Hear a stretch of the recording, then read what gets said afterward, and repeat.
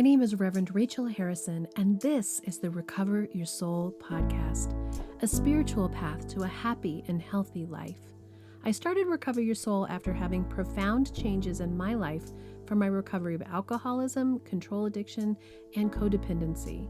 I was guided to share the tools and principles of spirituality and soul recovery to help others transform their lives as mine was transformed. For us to overcome external circumstances, we must first turn the attention to ourselves, focusing on inner change. Outer positive results in our lives will follow. As a spiritual coach, I can support you on your path to make real changes that will bring you a life of peace, happiness, connection, and abundance. Visit the website recoveryoursoul.net to book coaching sessions, read the blog, listen to some of my original music, and subscribe to receive email updates. I think of Recover Your Soul as a community. Follow us on social media and join the private Facebook group to support each other and connect. For an extra episode each week and to support this podcast, become a Patreon member or subscribe on Apple Podcasts. Together, we can do the work that will recover your soul. Welcome to the Recover Your Soul podcast. This is Reverend Rachel Harrison, and I thank you so much for choosing to spend your time with me here today. Last week's episode and in the next couple episodes coming up, I wanted to talk to you about my internal work that I did while I was on a vacation trip to Mexico with my mom and my husband. I went from October 4th through the 20th to Sayulita, Mexico.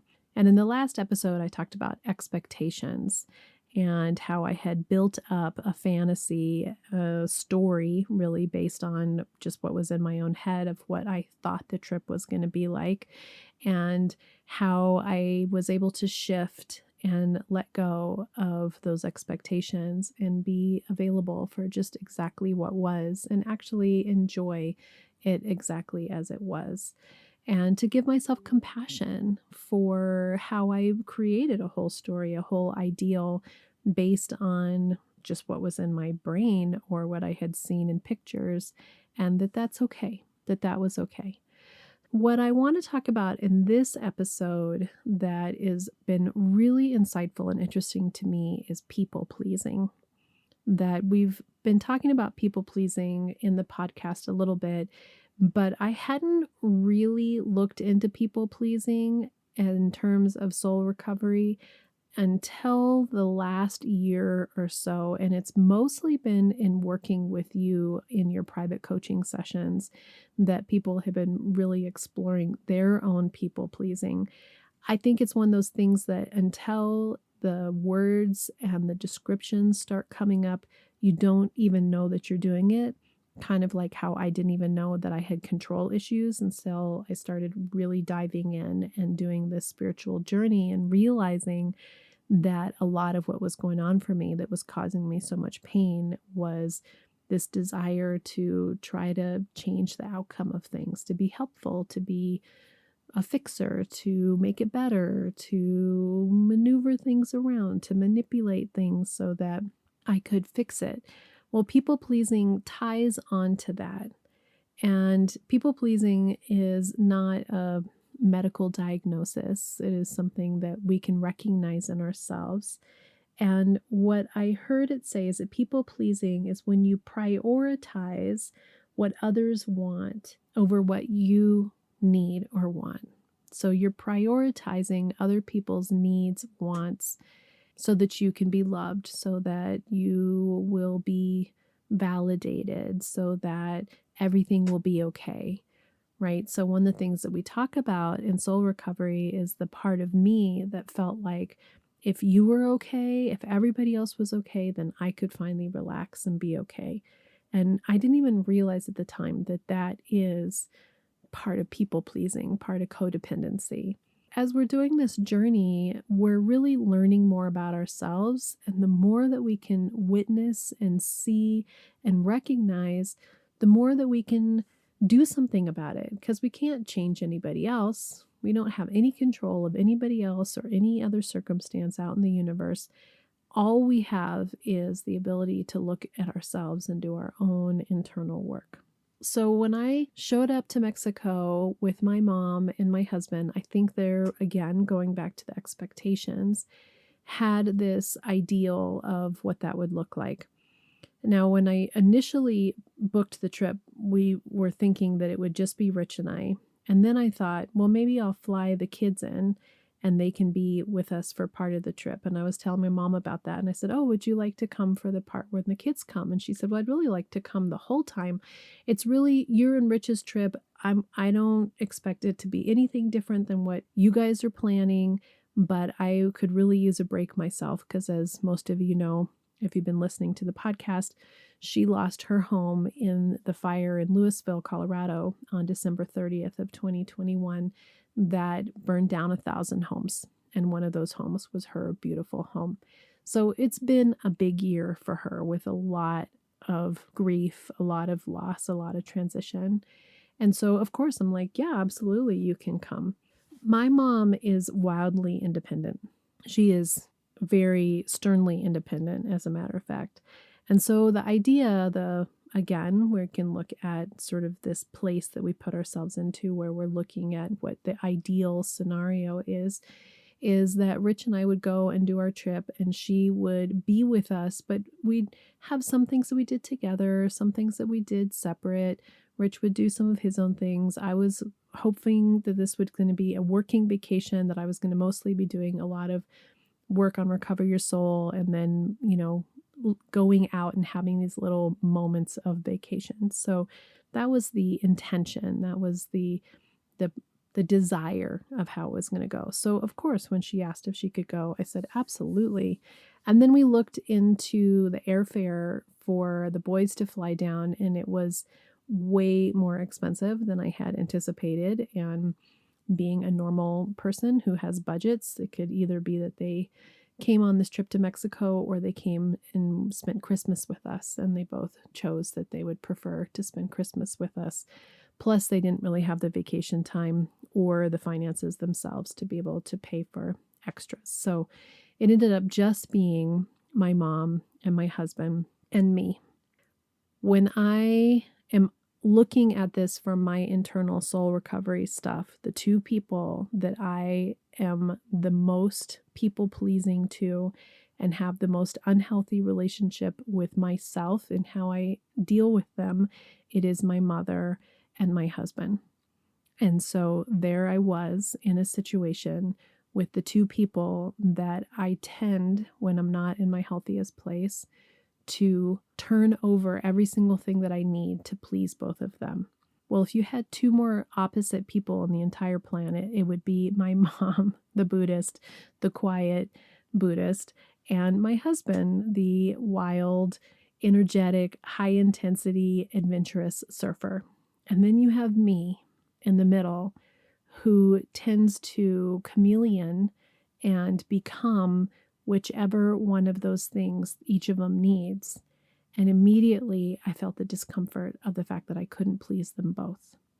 And that there was, in the first couple days, this awareness of, where am I in this? Where do I actually fit into this? And I was journaling and thinking, man, I have been really doing a lot of soul recovery work. I have been meditating and contemplating, but to be 24/7 with the same two people that are where a lot of my work needs to be done was a real opportunity to dig in and really honestly take a look at what I needed to work on, how I could heal and do better in those situations. Now, my mom, like I said, is fiercely independent. And so what she wanted was, she really wanted for us just to go do whatever we wanted to go do. And she has traveled the world all by herself for a long, long time. And she traveled the world with her husband, who was my stepdad, who passed over 10 years ago. And she has gone off on things by herself. She is a very practiced world traveler. So her independence is fierce. However, she is 75 years old, and while we were there, she had her 76th birthday. And during the pandemic, there was not a lot of getting out and about. And between 2020, when the pandemic hit, and now, her health has deteriorated and her physical endurance has deteriorated. And it was extremely hot in Mexico. It was 86 degrees with the humidity. So you're running in the high 90s of how it feels. And it literally is that kind of humidity that we don't experience ever here in Colorado, where you exert yourself a little bit and you're just drenched, soaking wet. We also had this really great Airbnb that was luckily just a half mile going the long way into the heart of the downtown of Sayulita. But it's cobblestone streets. It has some very uphill and downhill pitches. It's not flat. And there's, cars and motor cars and motor scooters. And everybody gets golf carts. Golf carts were way out of our budget. They're like $60 a day. So we opted to not get golf carts, but golf carts everywhere. And it became pretty apparent pretty quick that it was physically going to be a lot harder for her than she had anticipated. And so I watched myself with my people pleasing and that part of me that had some real clarity of my upbringing of needing to make sure that my mom was okay. So my mom and my dad divorced when I was like 7 or 8, but my mom raised me even from the very beginning.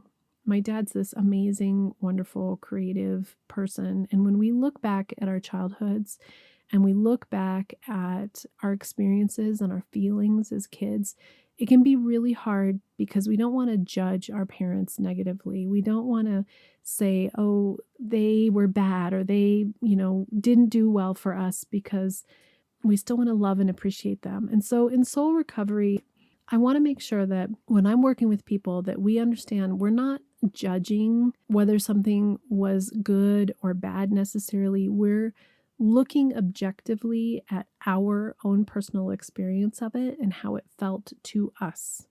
And some parents are incredible, loving, and still didn't give us what we need. And some parents did not provide us anything that we needed. No comfort, no solace, no kindness. And we need to look at that too.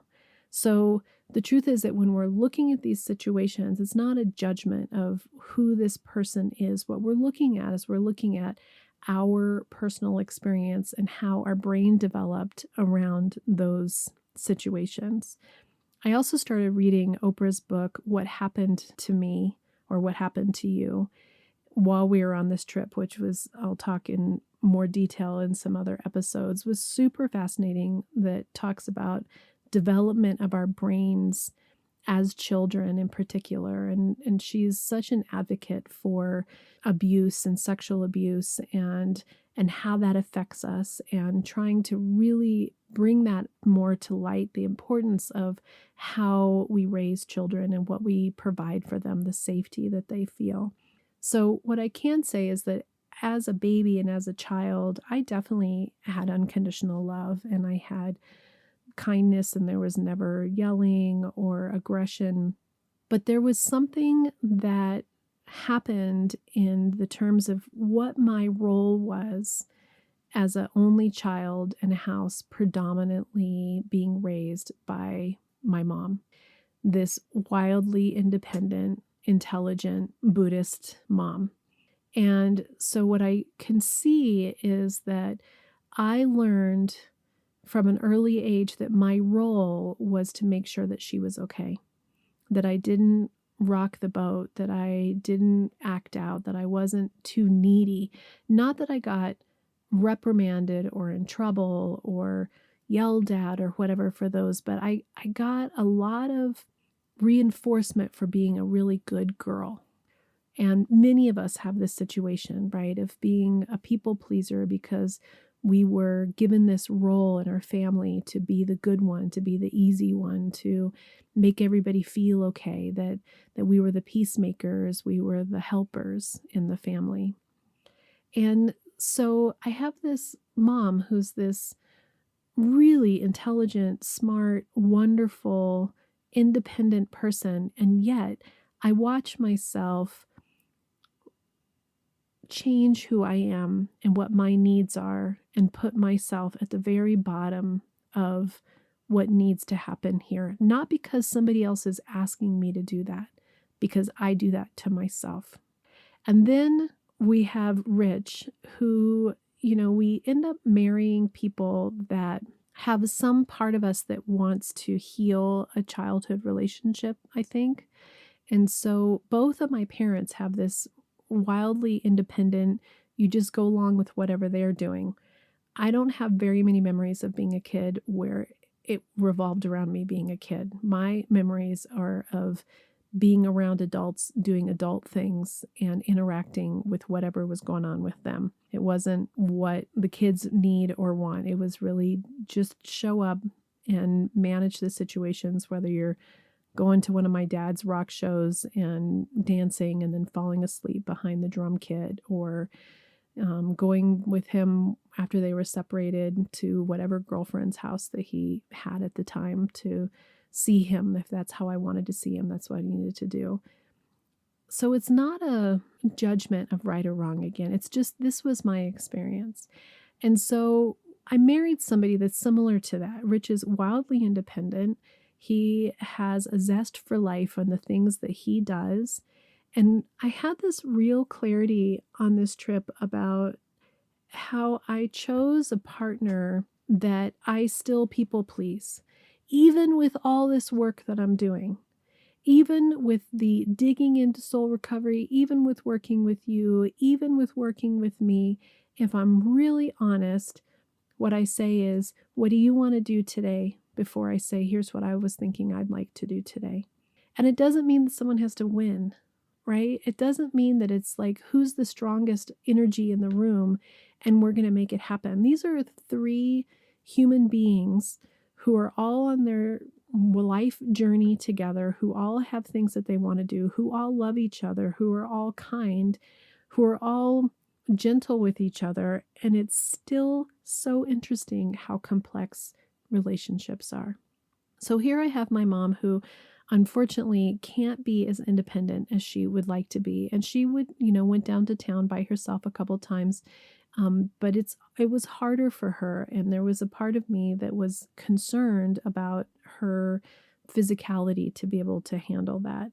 And then you have Rich, who's waking up early, going off surfing, has discovered, there was a better surf break where he could drive, and it wasn't really safe for us as a team to all go together because there wasn't any place really to be on the beach. And then the path to get to this particular surf break included walking on 2x4s over a lagoon that was all muddy, that was filled with crocodiles, right? So not going to do that with my mom. And even though she kept saying, it's okay, you can leave me, you can do whatever you want, this part of me couldn't let it go.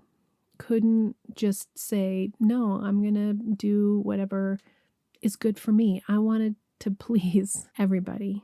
So then the other thing that happened was we got there on Tuesday, and Friday was my mom's birthday. We had a really awesome day. We drove to a different town, did some shopping, ate little snacks at a couple different restaurants by the beach, and had some exploration, and really had a really fun birthday for her. And then she woke up in the middle of the night at about 1:30 in the morning and woke me up, and she was in excruciating pain. Really, I'd never seen her in that kind of pain before. And it was in her side, and we were looking it up, and is it kidney stones? It can't be an appendix. She doesn't have one of those anymore. Did she eat something and she's having some ruptured something? Is she have diverticulitis? Like, what is going on? It's really bad. And we ended up taking her to the emergency room, the private emergency room there in town, which luckily they had one. And they gave her some pain medication and did an x-ray and could see that there wasn't, from the x-ray, that it looked like there was like a blocked gastro situation, and brought her back home. She rested. She felt better the next day. That was really scary. That was, to be in another country and to have your mom be in that level of pain. And we're all changing and we're all shifting. And so much of us wants to be who we were before, to be younger, to be more able to do the things that we did before. And there's just a real truth to the fact that my mom has aged to what her body can handle and what it can do. So I observed in myself that part of me that was really back and forth between what did Rich need and want, and what did my mom need and want, and what did I need and want. And the answer in all of that came through that we all agreed that we just wanted each of us to have the best time, right? To do what worked out best for us. So Rich would go off and do his surfing, and I ended up spending a lot of time with my mom, taking her to the beach and being nervous about her getting in the water and not knowing, was that a kidney stone? Did it pass? Did it just move as being in the water, moving those things around? I don't know. So I watched myself be overly cautious, and as she was okay throughout the trip. But it gave me this opportunity to do some inner work inside of myself of this people-pleasing part, and to recognize, for probably the first time in my life to the level that I did, how prevalent that has been in my life. And without that opportunity, without that ability to really see it in this unique way, I'm not sure that I would have really seen it. And now that I see it, now I can do something about it. Now that I see it, now I can have some healing on it. Now that I see it, I have been journaling on it. I've been doing more research on boundaries. I've been asking myself some real questions like, okay, Rachel, if this wasn't pushing you on either side, who are you? And what would you want? And what would you want to do? And what is actually your desires and needs? And the honest answer is, I don't know. I don't know, because I have, in general, been putting everybody else's needs above mine, that I don't actually know sometimes what that is. And so I did things for myself on the trip that were exploring. I woke up early and Rich had gone off surfing, and I walked down to the beach by myself as the town was opening up and the guys were putting things out on the beach umbrellas and lounge chairs, and the fishermen were going out and people were out at that particular surf break. And I spent time with myself, and I wandered around the town by myself. And I didn't wait to see if they were finished at the store. I went to the ones I wanted to go to. I got clarity on what I wanted to buy. And it was interesting to think, man, seriously, I am working so hard on all this soul recovery, and I feel like I've come so far, and yet another layer is always there to be revealed. And the gratitude for the fact that the people that I'm working on the people pleasing with want me to be happy. They actually aren't demanding or mean or intense. I can see that this is something that I've done to myself, and that over the years, the patterns of how we interact with each other have a lot to do with me setting up the expectations of how things get done. And so I need to look at that. And it doesn't mean that I'm going to all of a sudden become some fiercely independent, screw you and what you need and you want, because it's not what I want either. But I want to have more awareness of the boundaries and the setting up for myself to make sure that I'm not at the bottom of the list. Can there be equality in it? Does it have to be a somebody wins and somebody loses? Can it be, I believe that it can be from a place where there's quality communication so that everybody sees what everybody needs, which is basically what ended up happening on the trip. And we had a lovely time. It all worked out really well. And Rich and I ended up going off and having dates alone with just the two of us and doing things on our own. And she got stronger as the trip went along and could do some things on her own. And it's acceptance and kindness and compassion for everyone involved. But the main compassion that I want to share with you is my awareness and compassion of my little girl. My little girl in there that I didn't even realize was still in there trying to be a pleaser, trying to make sure that everybody else's needs were taken care of first so that if you're okay, I can be okay. I could feel that part of me that knew that I could be okay no matter what, that could stand strong in the center of myself and not have to please. I could feel that part of me that was starting to work that muscle. And it doesn't mean that I'm not allowing somebody else to have fun or that they still don't get to do what they want. It's how I feel internally, how I react and respond to it inside of me, letting go of the need to make sure that everybody else is happy and comfortable and okay. That was a real gift. I'm grateful for that gift because I think I'm going to take that with me and really start to expand that part of myself even more deeply than I was before. And I'm going to work on some healing of that little girl, like I do with those of you that I'm coaching, to allow ourselves to see those younger parts of ourselves and have clarity and let them stay where they are as young parts of us and not be trying to come forward and still be getting something that they thought that they needed. I feel a strength in myself and I feel a release of the people pleasing. And I'm grateful for this opportunity. And I'm so grateful that my mom got to have a great trip. And I'm so grateful that Rich got to have a great trip. And I'm grateful I got to have a great trip. I loved so much of what ended up happening internally for me, that I put myself out there to experience past my comfort zone so that I could continue to grow.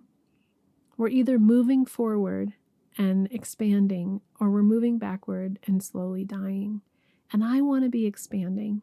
I want to be learning. I want to be growing. I want to be sharing with you. I want to be doing this soul recovery journey. So I hope my experience of people pleasing has been helpful to you, that you can relate to it on some way. I always appreciate you spending your time with me. Thank you for supporting Recover Your Soul. Thank you for being part of this community. Thank you for subscribing and following and leaving the reviews and the 5 stars and all the things that are helping this to reach even more people. I'm so grateful for this community and this journey. Until next time, namaste. Are you wondering, how do I go deeper on my path to soul recovery? Or how do I support this great podcast? Well, here's how. Here's your call to action. If you're ready for real inner change and would like to work directly with me, visit the website and book a coaching session. I'm here to support you on your unique path. I'm here to help you let go of the past, to deepen your connection with your higher power, whatever that is for you, and to discover and then step forward into a happy and healthy life. You can also become part of our soul recovery community. One way is to join the support group. It's the first Monday of every month. It's by Zoom from 6 to 7 p.m. Mountain Time, and you can register on the website to get your Zoom link. Recover Your Souls on social media. Of course, there's Facebook, Instagram, TikTok, lots of ways to connect, and there's even a private Facebook group that will allow for more communication and conversation about soul recovery. There is also an extra bonus episode every Friday if you are an Apple Podcast subscriber or Patreon member. I'd also love all of the listeners to subscribe on the website so that I can keep you informed on what's going on with the podcast, the community, with me, and anything that's up and coming and new and great about soul recovery. Also, if you just take a little bit of time to give me 5 stars, a quick review, and to share the podcast with your friends and family, we're helping even more people to have soul recovery in their lives. If this podcast is providing you spiritual nourishment and inspiration, thank you for going to the website and pushing the donate button, whatever donation feels right to you. This means so much to me because I have this enormous mission of sharing soul recovery with the world, and your donations, your bookings, your subscriptions, your being part of this community is helping that to happen. Together, we can do the work that will recover your soul.